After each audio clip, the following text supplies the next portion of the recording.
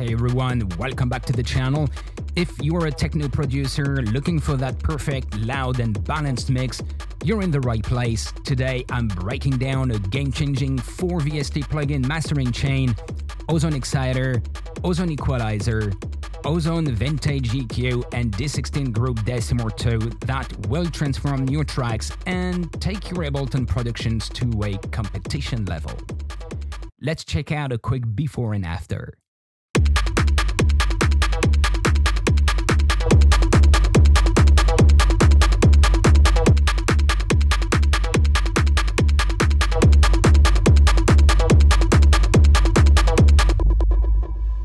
Sounds amazing, right?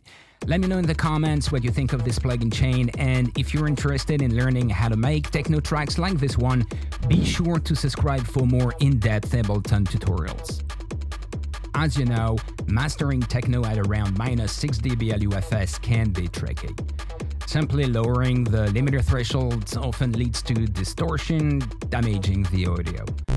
But with this plugin chain, you'll achieve loudness, punch, and clarity while keeping everything balanced, even during build-ups and drops. Listen to how I maintain an evenly loud, punchy, and clear sound through these scenes and transitions.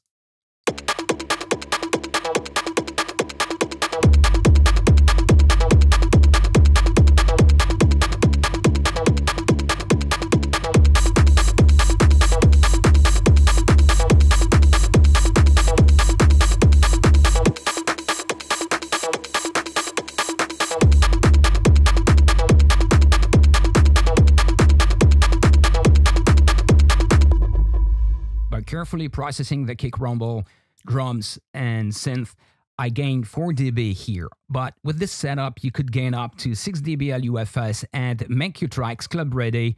Let's dive in. First, let's set up your mastering chain. On your master output, load the following plugins in this order: Ozone Exciter, Ozone EQ, Ozone Vintage EQ, and Decimort 2 before your final limiter. Before we dive in, check the dB level where your audio is peaking on the limiter. It's crucial to keep this level consistent throughout the entire mastering process. Let's start with Decimort 2. Select the preset MPC60 and turn the volume all the way down. Now press play and slowly increase the volume until you reach the same peak level you noted earlier. Next, we're gonna make some subtle adjustments using Ozone Exciter and Ozone EQ. But first, let's fast forward to the final result so you can see why this step is important.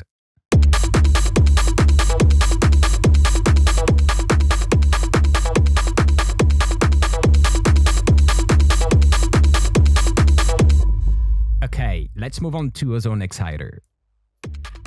Go to the presets, select Accent Stereo Effects, enable oversampling, and set both bands to tape saturation.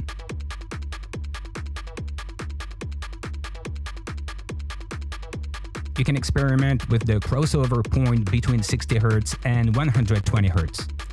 For now, I'm going to leave it around 100 Hz. For the first band, set the amount to 6 and the mix to 60%.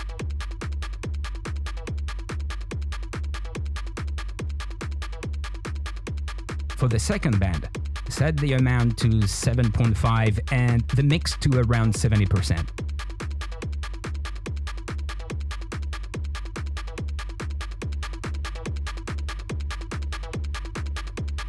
The side channels are already set up, so no need to adjust anything there.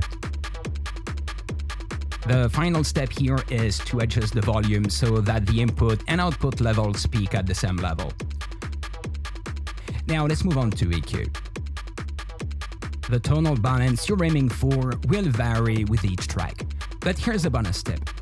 If you're unsure how to EQ, tonal balance control is a fantastic tool that can help you quickly reach your target. With just a glance, I can already see 3 frequency bands that need attention. Before recording the tutorial, I spent some time fine-tuning my EQ, so I already know where adjustments are needed. I identified 3 bands to work on, so I'm going to set up 3 filters. A low shelf filter at 450 Hz, boosting by about 1 dB, a band shelf filter just over 1 kHz, cutting by about 1.5 dB, and a high shelf filter at 2.7 kHz, boosting by 1 dB. I removed the last filter since it's not needed. All right, next up, we're going to fine-tune things a bit more with Ozone's Vintage EQ. But before we dive into that, let's jump back to the final mix so I can show you which frequency bands we'll be focusing on and why.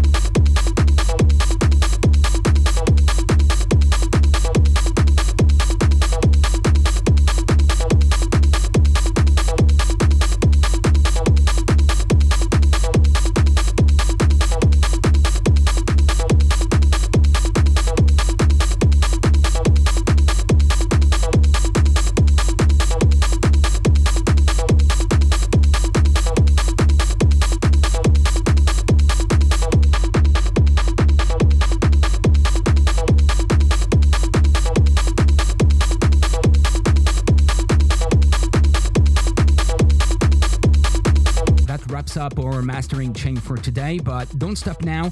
Click on this video popping up right now to learn how to glue your drums together with the Ozone multiband compressor. It's a crucial step for that tight, punchy groove in techno. Trust me, you don't want to miss this. Every second counts.